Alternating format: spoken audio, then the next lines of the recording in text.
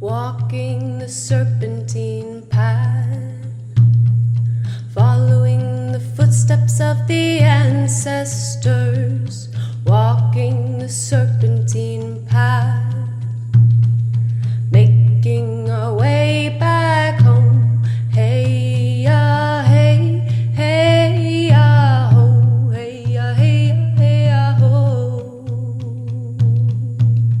hey ya, hey, hey ya, ho. Following the serpentine path,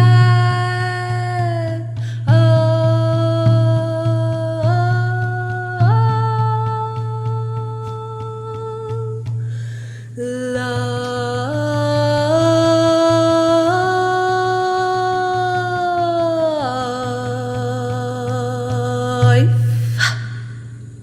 Hello, everyone, and welcome to the Serpentine Path podcast.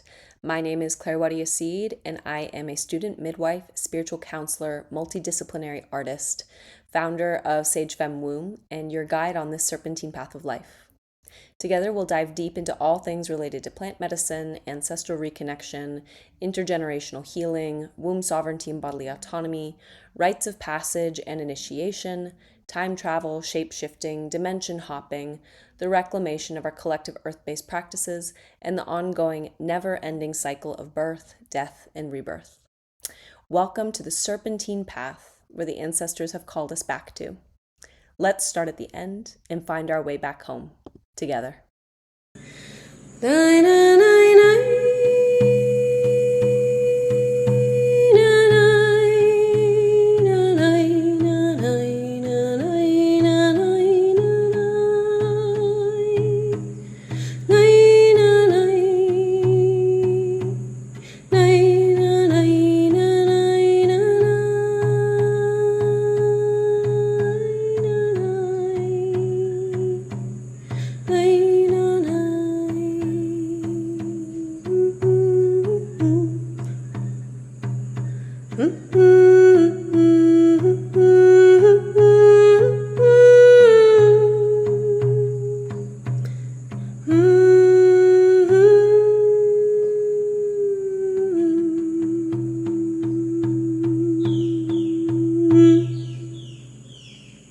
Hello, everyone. This week's episode is a very special conversation with my collaborator, Elani Engelken, who is a licensed marriage and family therapist who I've actually known since my own childhood.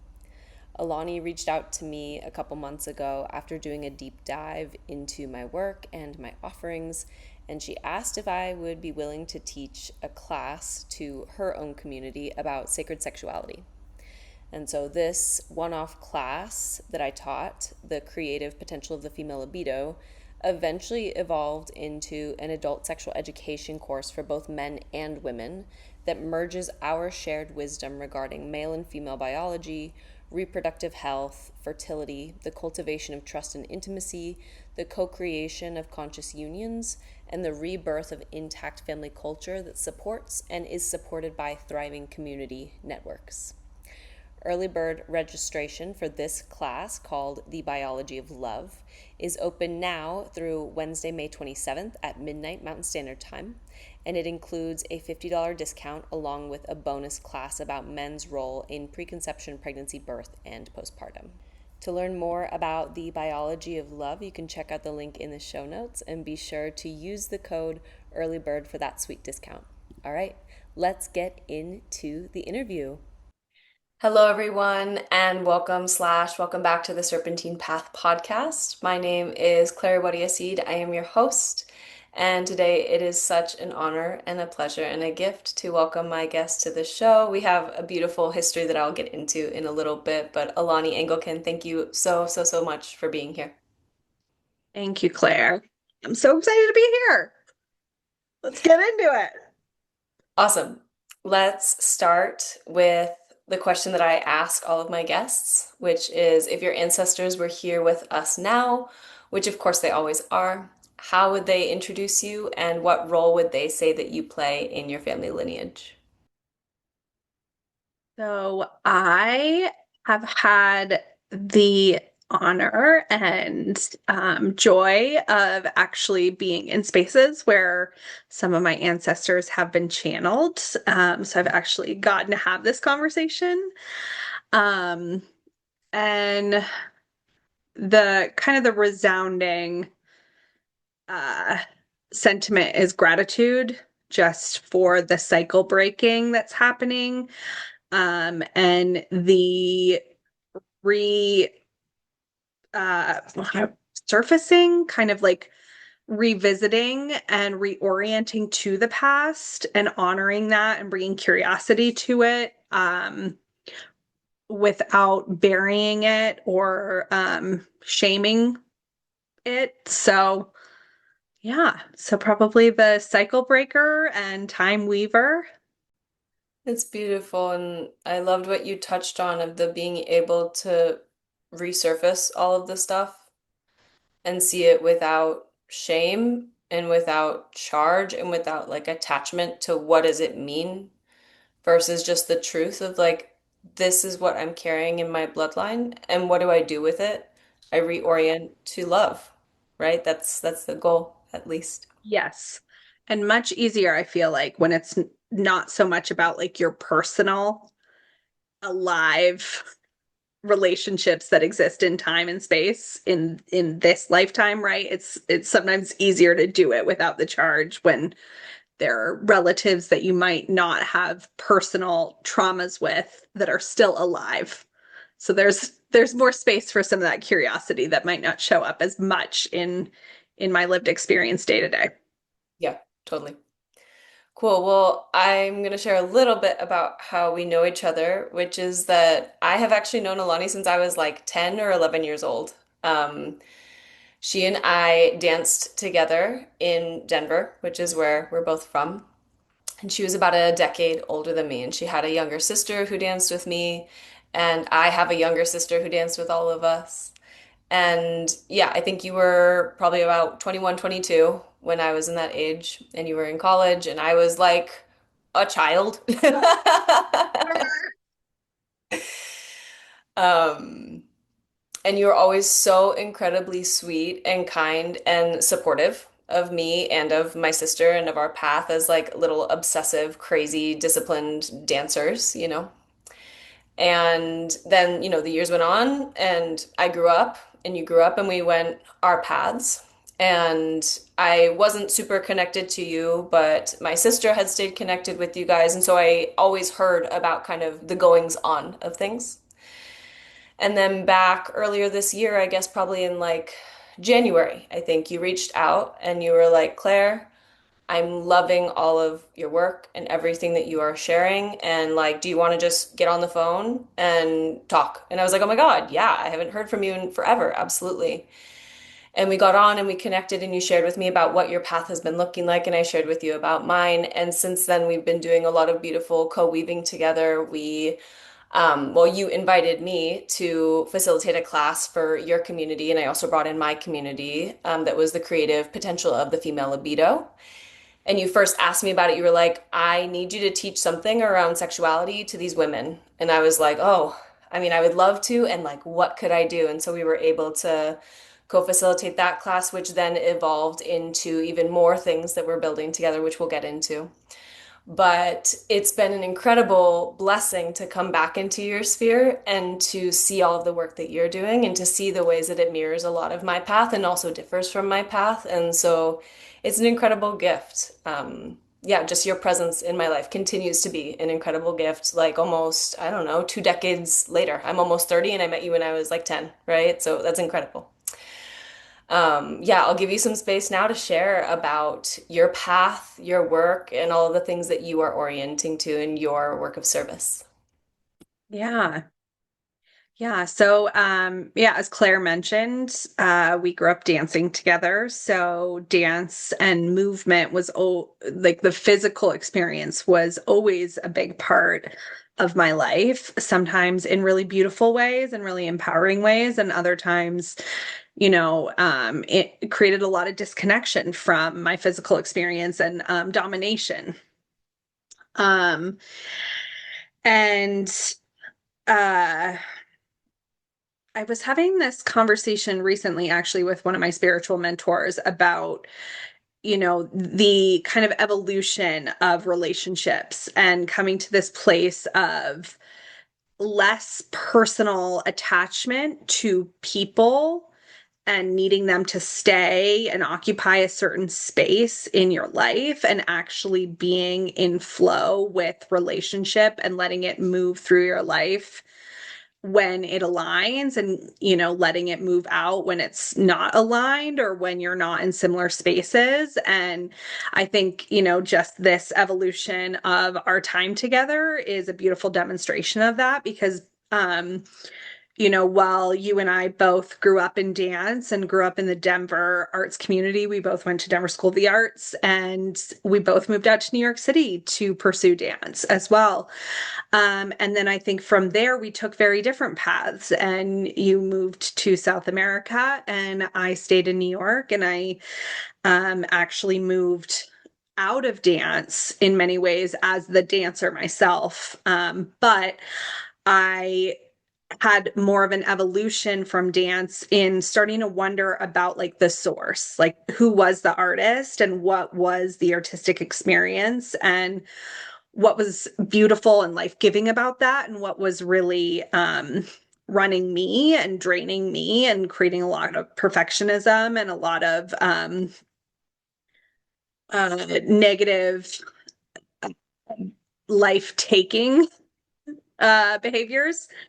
And it was from there that I actually started doing personal development work, both for myself to work with some eating disorder behavior, to work with a lot of anxiety, um, and then eventually bringing that primarily to artists and talking to artists about, how do you really work with your art and have it work for you, both in providing a living, but also in being like something that is spiritually sustaining and authentic and true and real. And so then I came back to Denver, where I'm from. My family of origin was still here primarily and still is. We've all kind of ended up back here. Um, and through grappling with like, okay, I did a lot of work on myself. I did a lot of work on my own psyche, my relationship with my body, my art, my spirituality, and then I'm back in my family of origin and like the community that I grew up in. And I was faced with some bigger, more communal charges. And it was at that time that I first really got into my own therapy work. And I was so lucky to find a therapist who was a former shaman, much older, same age as my father. And I got some really good, really integrative personal therapy, and then ended up deciding to go back to school to pursue my master's in counseling psychology, very resistant to becoming a licensed therapist. But I was like, I'm going to go get the training and I'll have this platform. And I was really assuming at the time that I would move into something very somatic based. So very, very, very body based. And I do that work fair now. Um, but I ended up pursuing a licensed therapist platform. So that's what I do now. I'm a licensed marriage and family therapist in Denver. I do have a big body-based approach to the way that I work with clients. But what's been really fun too is that I now see how much the quality of our relationships and our communities impacts our overall health and well-being. So I really have so much passion about working at the level of dyads and families and groups. And so everything that you were learning in South America, being with an indigenous, spiritually intact culture and learning about biology and learning about plant medicines, like so much of that was so complementary to what I was doing. And so as I started listening to your podcast and joining some of your classes, I was like, yes, yes, yes, you're giving these frameworks for things that I know of, but I don't have the background that you have, and so beautiful to complement your walked path with my walked path. So it's kind of how we ended up back together. Yeah.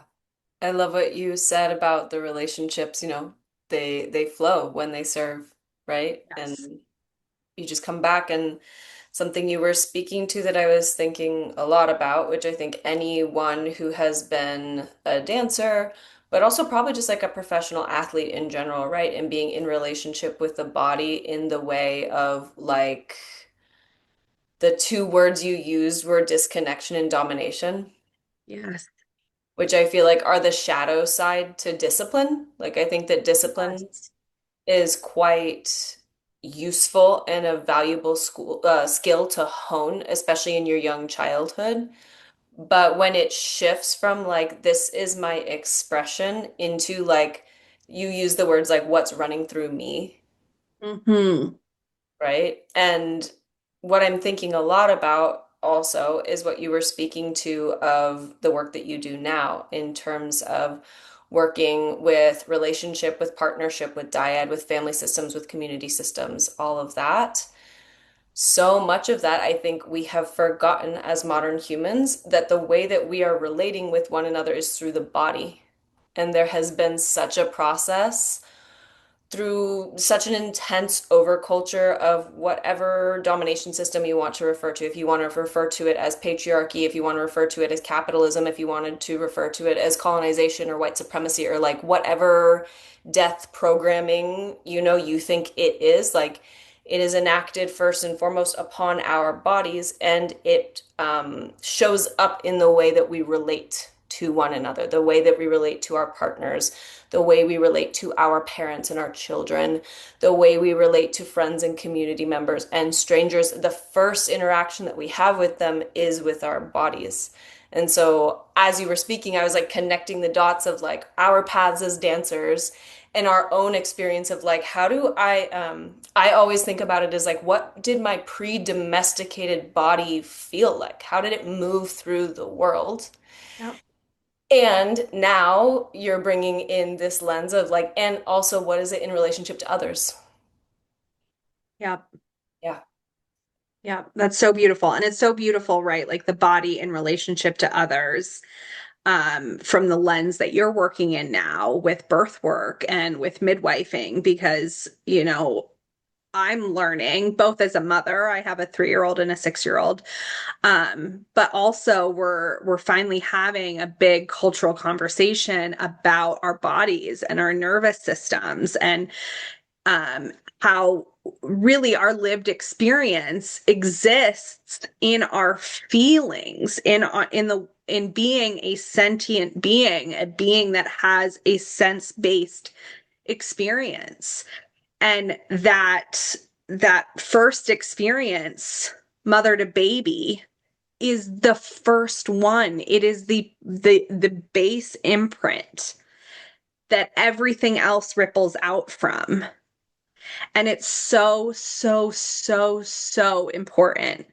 And I got my own butt kicked going through my own pregnancy and birth process twice now, and postpartum period, and realizing how much I related to that period as like something that I will do and then I will just come back to myself, rather than this whole reorganization, this whole portal I was going to move through that would change everything about me and also be the gift that I am now giving to my babies.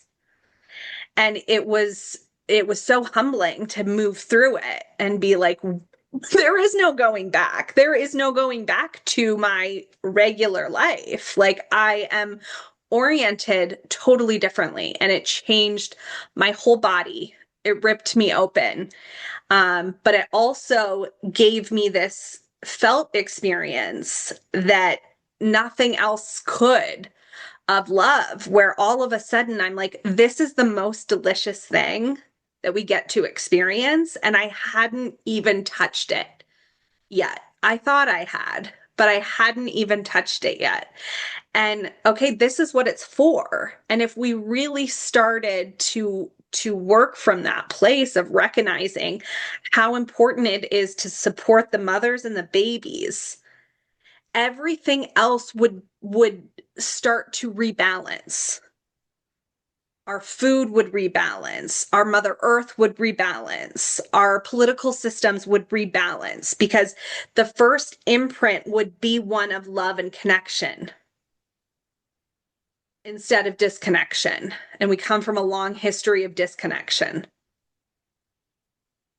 Yeah, 100%. I mean, that's what all of my work is in service to, right? Which is the mother baby dyad, because I'm in midwifery school and I am studying what it means to accompany a mother and a father and a family through the birth of their constellation, right? Whether that's with their first child, their second, their 10th child, whatever, accompanying that period of time, and especially in the birth, of course, but really in the postpartum, because that's when it is all formed, right? That Yeah. relationship with the mother and the child, and Yeah. also how father is supporting all of that.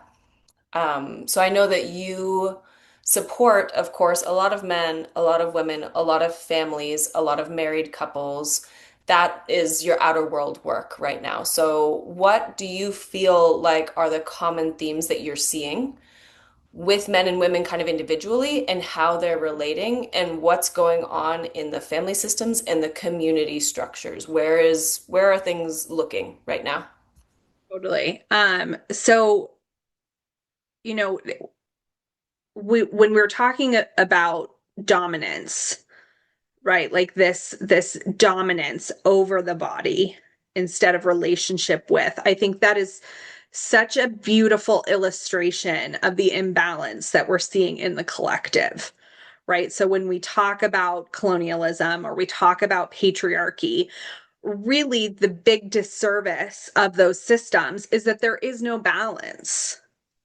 There are a lot of beautiful attributes to uh male power, to male biology, to uh masculine orientation, but it's beautiful when it is paired with the feminine. And the beautiful thing about discipline, right? Like that's a very masculine trait. So discipline provides a structure and a vehicle for us to set a goal and to hold accountability and hold structure that will in time get us to that goal. But when we dominate ourselves with the discipline, then we're negating the lived experience, the feeling realm. So this is really the beauty of the feminine realm. The feminine is very instinctive, it's intuitive, it's uh spontaneous. And so we want to move with the felt sense. And if we're not honoring those moments where we're sick, or maybe on the verge of burnout, or on the edge of a injury, and we keep pushing, we want to dominate the body instead of working with, then that's when we get ourselves into big messes. And we're in a lot of big collective messes right now.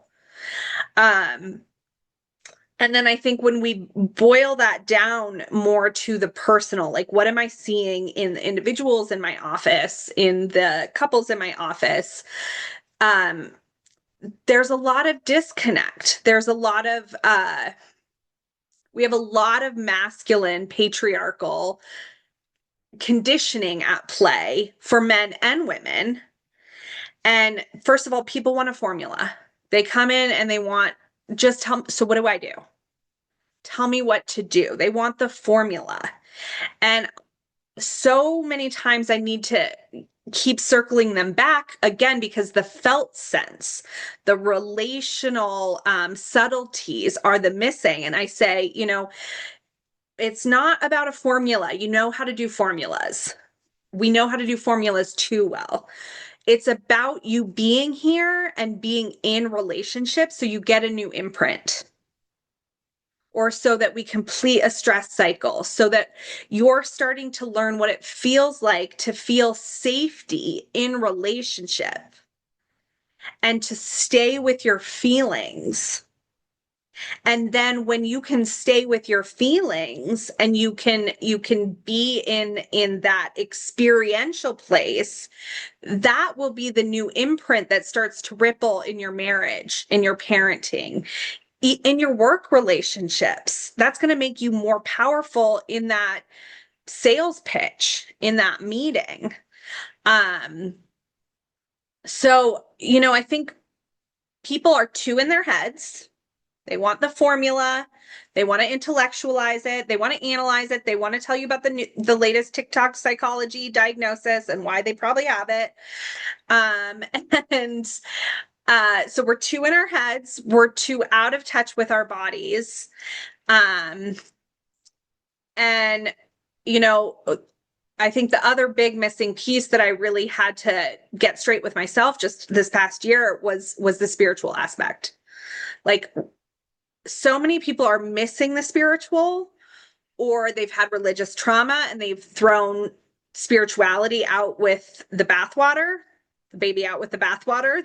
They've tossed the religious approach, which, I don't see a ton of religious approaches that are very balanced in themselves.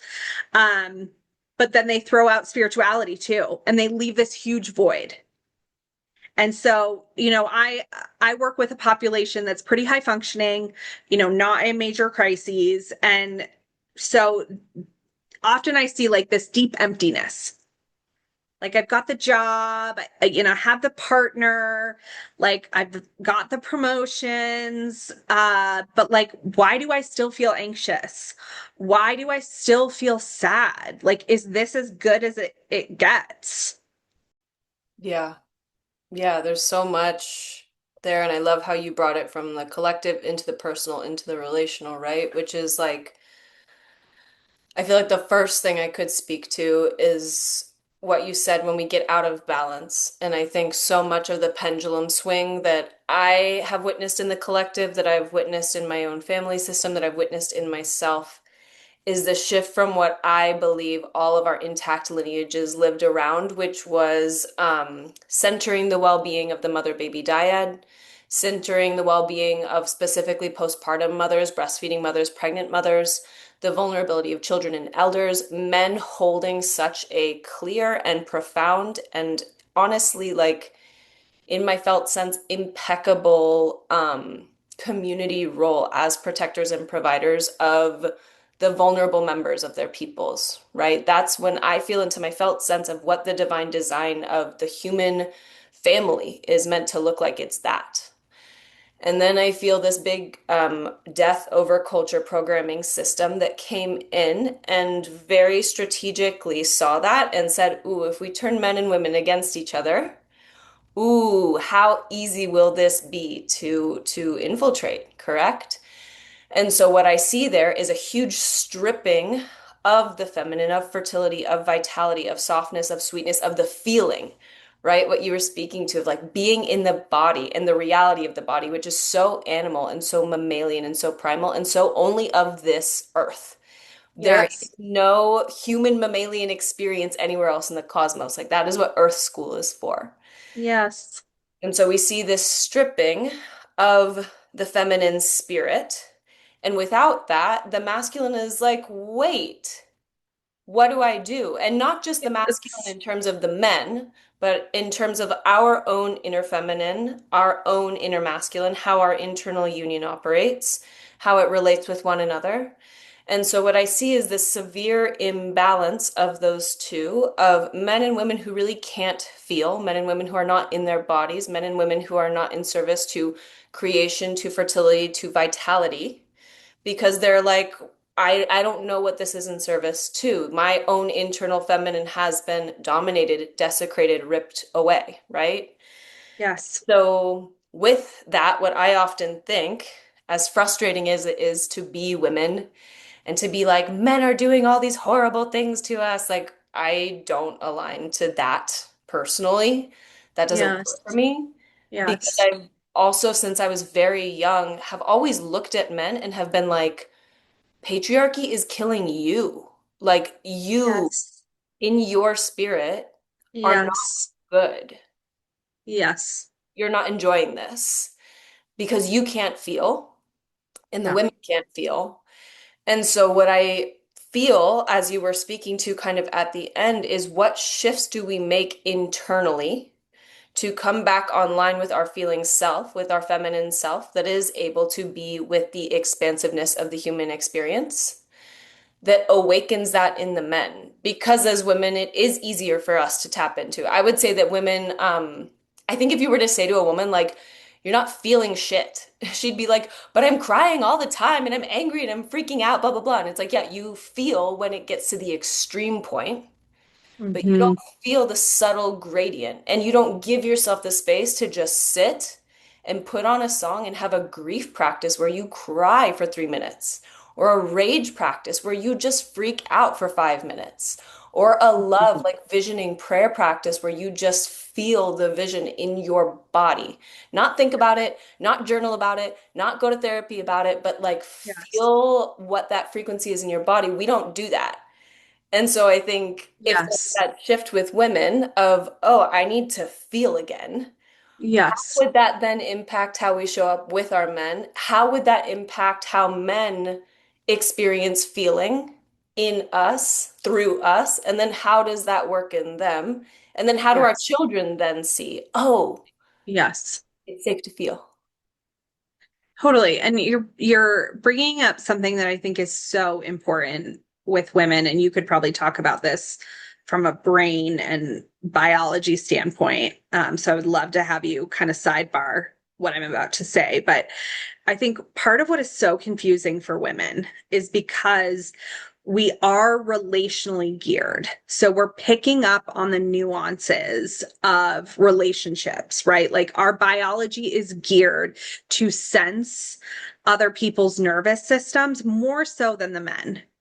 We are the nurturers. So we're picking up so much information, and so many women are confused about what is them, like truly them. Like, what is my center point? What is my grief? And what is the drama that I'm picking up from the moms group? That everybody's kind of stirring up some externalized chaos that probably is triggering something deeply within them. But so many women are missing the deep centered point of like, what is mine? And it's getting so muddled with the children's needs and the husband's needs and uh, husbands, partners, loving partners, and women naturally start to caretake others too. And then they're feeling resentful because they're picking up on all this nuance, and they're activating it, and very well intentioned because they do genuinely care, but because they also cannot connect to that deep deep part of them that is their center point, they aren't able to communicate to their partners what they actually need or what they feel. And then everybody's getting confused. And it's like, what is up and down? And why are we talking about this and that? And yeah, so do you want to expand on that from a biology brain standpoint? Yeah, I mean, what comes through for me when I think about the life cycles of a woman, right, is like when we're starting with menstruation and our hormones are coming online, specifically estrogen and progesterone, right? And we're going through our reproductive years. Estrogen is like a superpower hormone, and it's the hormone of more. It's the most yin hormone that we experience. So, estrogen is going to be our most yin, our most feminine, our most expansive, our most juicy, our most lubricated, our most connected. Like, estrogen brings our libido online. Like, without estrogen, we wouldn't be ovulating, we wouldn't be bringing new beings onto earth. And so the Mhm. expansive nature of estrogen is just more, more, more, more, more, right? More lubrication, more sex, more babies, more families, more fertility, more vibrancy. Whereas the progesterone, the second half of our cycle that a lot of women don't really enjoy, their luteal phase leading into menstruation, where they feel really hormonal and really bitchy and really unkind and really irritable and blah, blah, blah. That's our more yang side. It's the more protective side. It's the side that comes in and directs the energy and says, if by chance I conceived a child, this is the window in which it's going to be implanted into the uterine lining. This is when the feminine expression of yang, of the masculine, the woman's expression of her inner masculine comes online more with our progesterone. This is also the time of the month that is so pathologized, right? People are like, oh, she's PMSing. Oh, she's just being a bitch. Like, people say such unkind, disrespectful things about women in that phase. And so we learn to pathologize our own internal masculine, our own internal yang. With that, I would also say what I work with in my work is comprehending the fact that as women and as men, the rites of passages and initiations that we would traditionally go through in an intact culture between ages like 13 to 25, our adolescence, they don't exist anymore. And so, on a psyche level, women are operating truly from a place of like little girl, maybe bratty teenager, right? That's where a lot of us are stuck in. And I don't say that disrespectfully because like I'm constantly in conversation with my inner bratty teenager. Like she's alive and well. We're always doing our work together. And so men and women are in that space on a psyche level. Hormonally, as women, we're moving through this intense transition of estrogen every month, which is telling us it's the how to say, like the community emotional massaging of like we want our peoples to be well, and estrogen is what supports that because it's the connector. Hmm. But because we don't have a strong masculine, because we don't have a lot of respect for our progesterone, because we didn't develop a strong internal masculine protector between ages 13 to 25, we weren't taught that. We then essentially don't know our boundaries. We don't know our limits. We don't know how to resource ourselves. We also don't live in intact cultures where reproductive health, predominantly women's reproductive health, predominantly maternal health, is centered. And so, because it's not centered, it's not resourced. And so, mothers are trying to do what ancestrally they would do. They would be tending to the whole community, and the whole community would be tending to them. Yes. That's not what is going on right now. The community is Yes. not tending to us because that has been very strategically stripped out of our cultures, disempower the mothers, exhaust the mothers, fatigue the mothers, burn the mothers out, so that they're angry at their husbands, so that they're not wanting to be in union with the men that they once loved, so that they are just constantly complaining and snippy and upset and irritable, so that they can then be blamed for even more stuff, right? Like, so that the cycle can continue, so that men and women cannot really be at peace.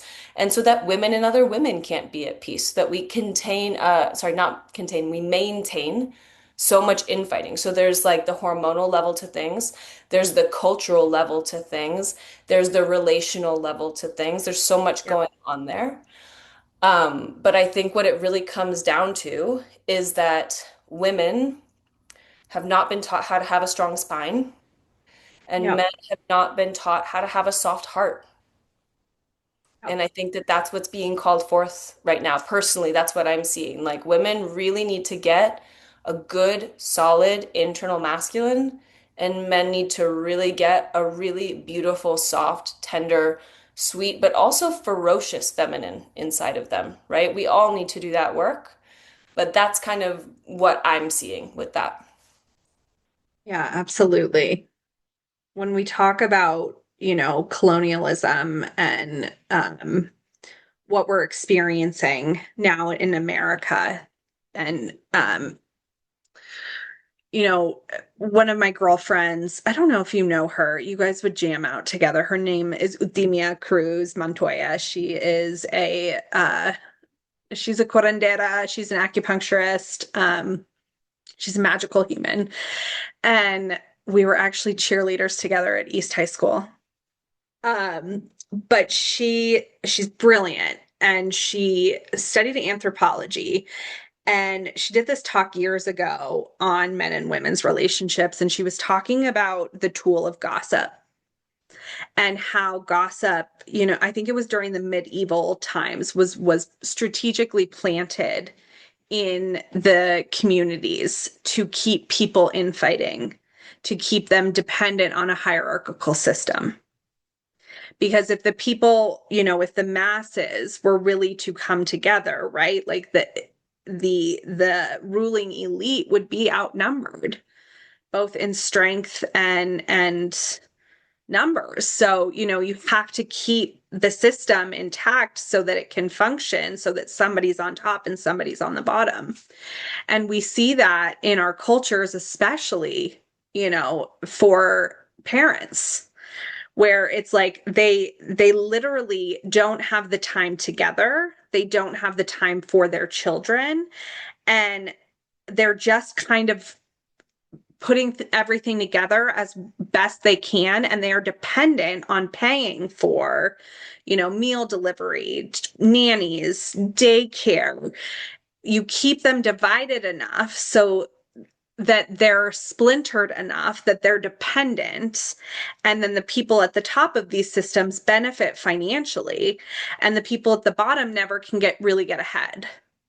And then, as we see in marriage and family therapy, like the most intimate people in our relationships are the ones who get kind of the blowback, right? Because we have to go out and function in civilized society.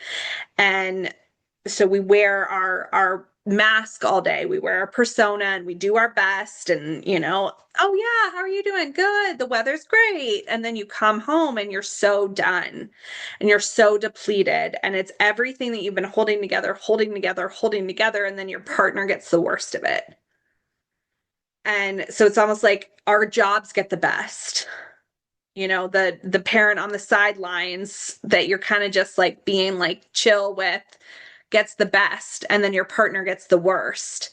And so it's something that my husband and I have really had to work out over the last 7 years of how do we do the best that we can with it within these systems that have been at play for hundreds of years, and set up a community where we hold the community to the extent that we can, and the community holds us to the extent that they can.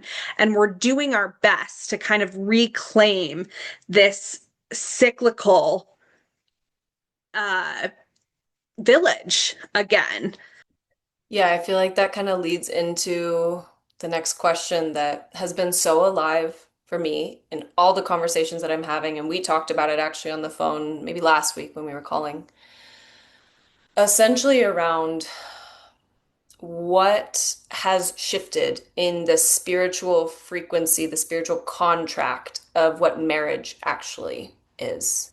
Because for a long time, right, marriage was essentially like an economic agreement, or it was something that created alliances between families, right? For women, predominantly, it was a way to secure your future because you didn't have a way to make money on your own. Like, I think someone told me it's only been within the past 50 or 60 years that women could actually have a credit card, right? Or like take out a loan in their name or buy their own house in their name, that kind of thing. Yeah. And so we see that the spiritual contract of marriage looked super different for our parents' generation, for our grandparents' generation, for many generations over the past couple hundred years. And now there's a shift, right? Because women do have a lot more economic power and ability and willingness and capacity to have access to resourcing in the way that we didn't in the past. And also, we are still in female bodies. And there is a high degree of vulnerability that comes with that, especially in the reproductive years, in the years of pregnancy and birth and postpartum and breastfeeding and early child rearing, right? And so while there is a lot more economic accessibility, where we don't need to necessarily be dependent on men entirely to be like our providers financially, there is still the biological reality of what it means to be so vulnerable in the childbearing continuum and like what kind of man needs to be by our side through that, right? And so, what you were speaking to around essentially what your marriage has looked like of being in reality, this is what's real. This is what our jobs are. This is what is demanding of us. This is the culture that we're steeped in. We're not in some intact system where we have multi-generational families and we always have childcare and we never have to worry about who's going to look after our kid or cook for them or take care of them if we have something to do outside of the house. And so I'd love to hear, a little bit of your take on like what is the transition that you have seen in the generations of your family and what is the spiritual contract of marriage, of union, of relating, not just between men and women, anyone who comes together and loves one another, right? Like why create relationships? What's the point? Yeah. Yeah. Well, I think part of it, right, is going to circle back to the, the point I brought up about motherhood, of that like delicious love.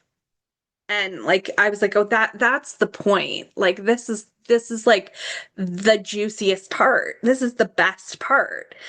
Um, and there's so much bubbling with this question, but I have two daughters, and you've talked about some of this in previous podcast episodes. I am so grateful that I ended up with the partner I ended up with, because my girls are getting this very, very beautiful expression of the healthy masculine in their experience with their father. He adores them. He does give them the world. Like they are so loved and adored. And he, in many ways, my husband is the embodiment of a lot of the healthy masculine. He is strong, he is responsible, he is consistent, he is stable. And when I met him, I was at a place where I had done enough healing that I was ready to find a partner, not somebody that I could save. For so long, I chose men that kind of put me on a pedestal where I got to feel a little bit better than. But the cost of that was true emotional intimacy and vulnerability. And I was always playing this cat and mouse game, trying to keep up some facade that I was so evolved. Meanwhile, I was not. I was struggling too. And there was a reason I was playing out this dynamic over and over. Um, but getting to the place where I had enough uh, trust to go into my own emotional vulnerability, to let somebody in, to let someone partner with me, see the messy parts of me, to call me out on my BS. Um, where was I going with that? You were talking about what is the spiritual contract of marriage? Like why relate? Why come together? Yeah. So part of what, right, like when we're talking about the healthy masculine, like part of what I get to experience with my husband, because he is so much of the expression of the healthy masculine, is there's a level of ease and stability, right? Like we're not constantly at each other's throats. There's not extramarital activity. There isn't this drama that would keep us very like wrapped up in emergencies, in putting out the fire. So there's this really good level of stability that creates an ease for us to have this structure, this integrity for love to exist within one another, and our loving romantic relationship, but also for my girls, that we get this playtime together, but also for both my husband and my like individual souls. It creates like this structure and stability that he and I both get to also pursue like our greater life's purpose. That, when he wants to do something for his work or his career, that I'm game. It's like, how do we make that happen for you? and vice versa when I want to, create a weekend long intensive with you or hop on for a call over the weekend to do some planning, that it's like, hey, I'm going to do this thing. And he's like, great. What do we need to put together to make that happen?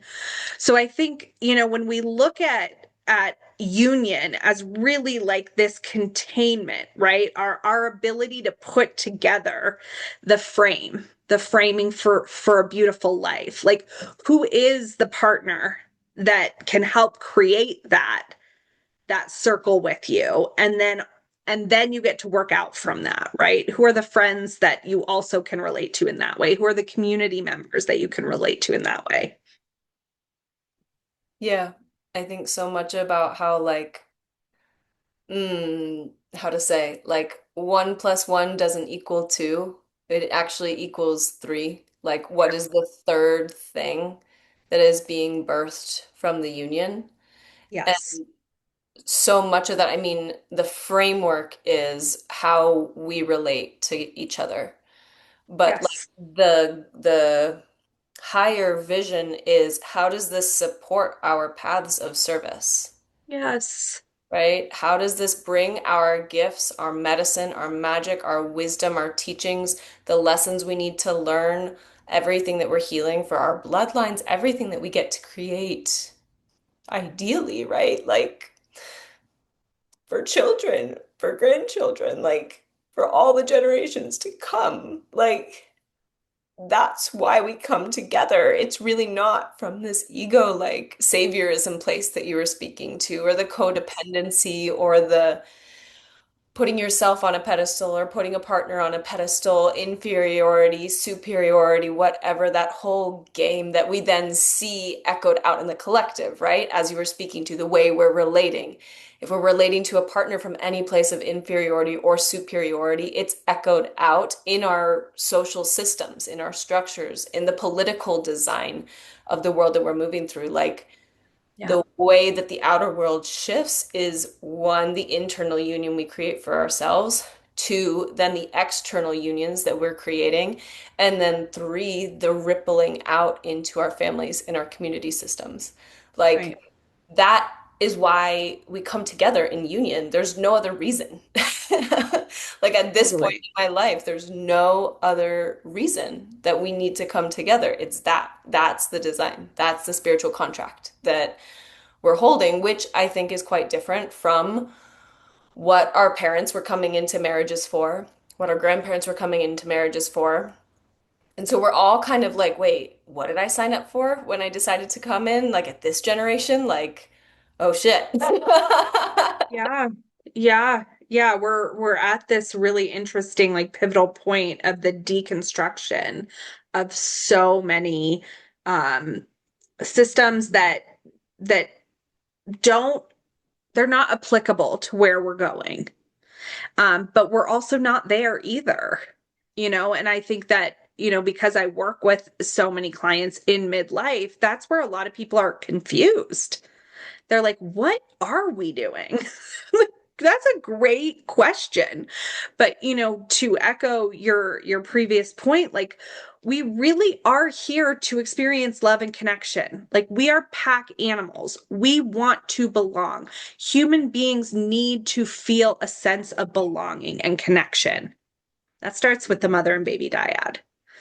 And and then there's the spiritual aspect, the soul that is a part of us, and we want to feel like our life means something, that there's something that we're offering to the legacy of our lineage or to humanity. We want to feel like we're making a difference, whether it's for one person, 10, or millions. Like, we want to feel like it means something.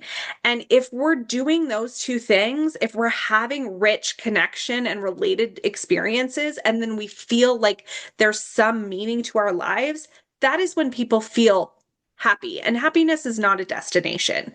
We don't land at happiness and then we're happy all the time. Like, we are dynamic beings, and our moods and bodies are constantly responding to our environments, to our relational patterns, to to whatever time of month we're in.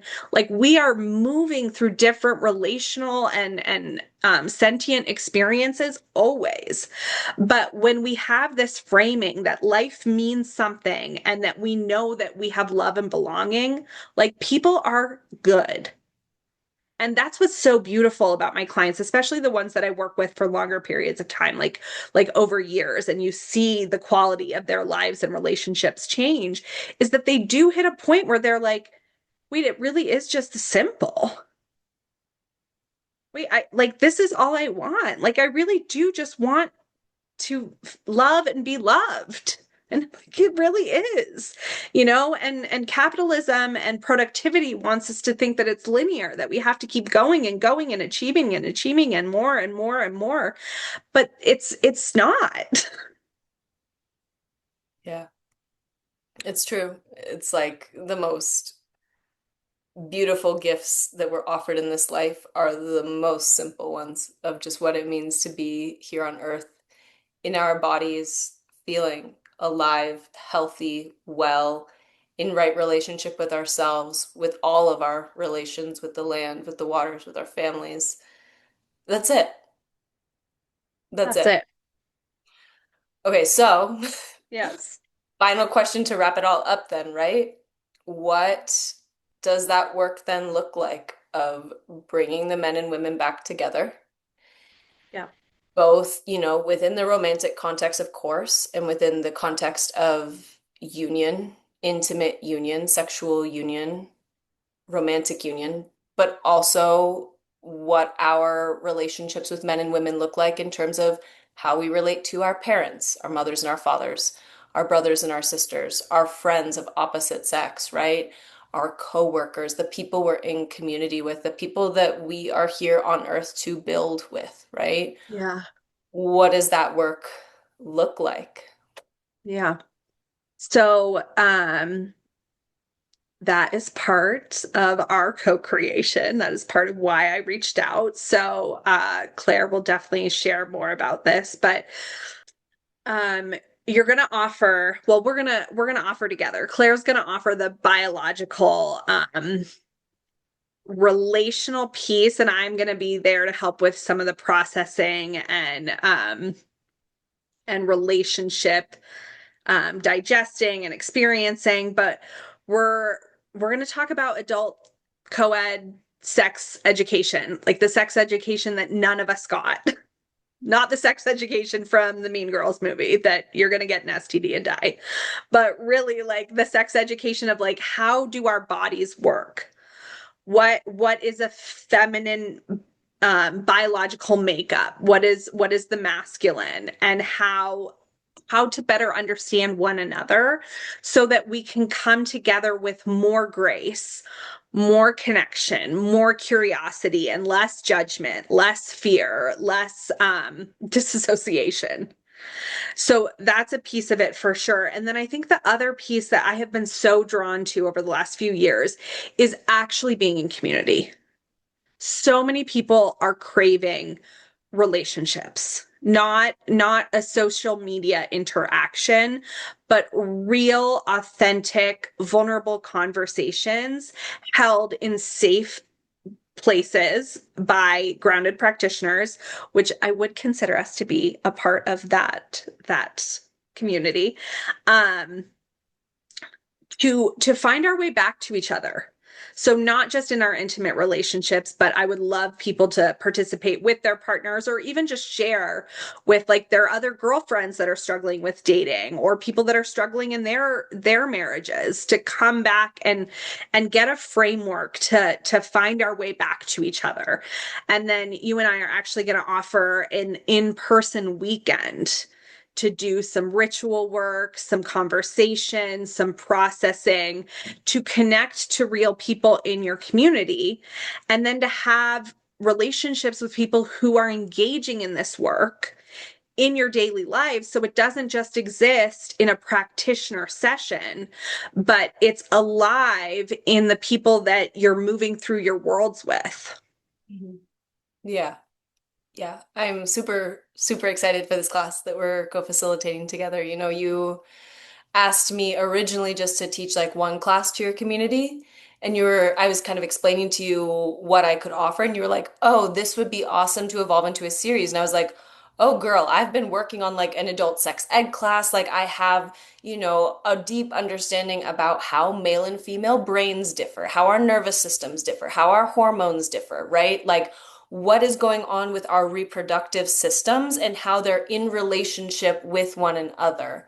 And then also the other aspect to it of like the deep psycho, spiritual, and emotional level of relating, especially when it comes to our sexual relationships, of why do we come together with our bodies in this expression of connection, right? And when do we choose not to, and all of the gray areas, and really moving through what it means to heal from lineages of a lot of violation, a lot of manipulation, a lot of coercion. Like, what are we visioning with our erotic life force energy moving forward? How do we really want to utilize it in a loving and respectful and tender and kind way?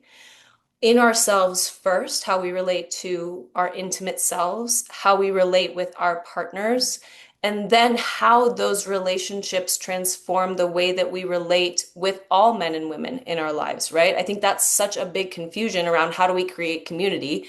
If I don't understand anything about my own female body, if I don't understand anything about the female bodies around me in my female friendships, if I don't understand anything about the male body with male partners, with male family members, with male friends, I can't human with them. I can't be in community with them. And so when I'm thinking about, okay, like me, my personal part in this, how do I remedy the wounding that I see so deeply? It was the craziest thing ever when the prayer was answered of teach an adult sexual education class. I was like, what? That's it? But that's it. That for me is really what I see. Like, we weren't taught from 13 to 25 anything about what it means to be in this body alive as an adult with your sexual reproductive organs finally online and how to relate to others in a clean, loving, respectful, kind, embodied way. Not just in terms of your sexual relationships, but all of the relationships that you're involved in. How is that going to ripple out and transform what it is that we see with men and women? So, we're going to be teaching that class. It is starting on June 2nd. The link will be in the show notes. Feel free to send me any emails about any questions that you have about it. I am unbelievably excited to be pairing with Elani with this. So thank you so much for your time. Thank you so much for all that you shared. Thank you so much for the path that you're walking. And thank you for weaving these projects with me. It's such a gift. Thank you. Thank you. Thank you for being my co-weaver. I love that word right now. I just feel like that's what this world needs is the weaving back together. Yeah, absolutely. All right, awesome. Thank you guys so much. Ciao, ciao.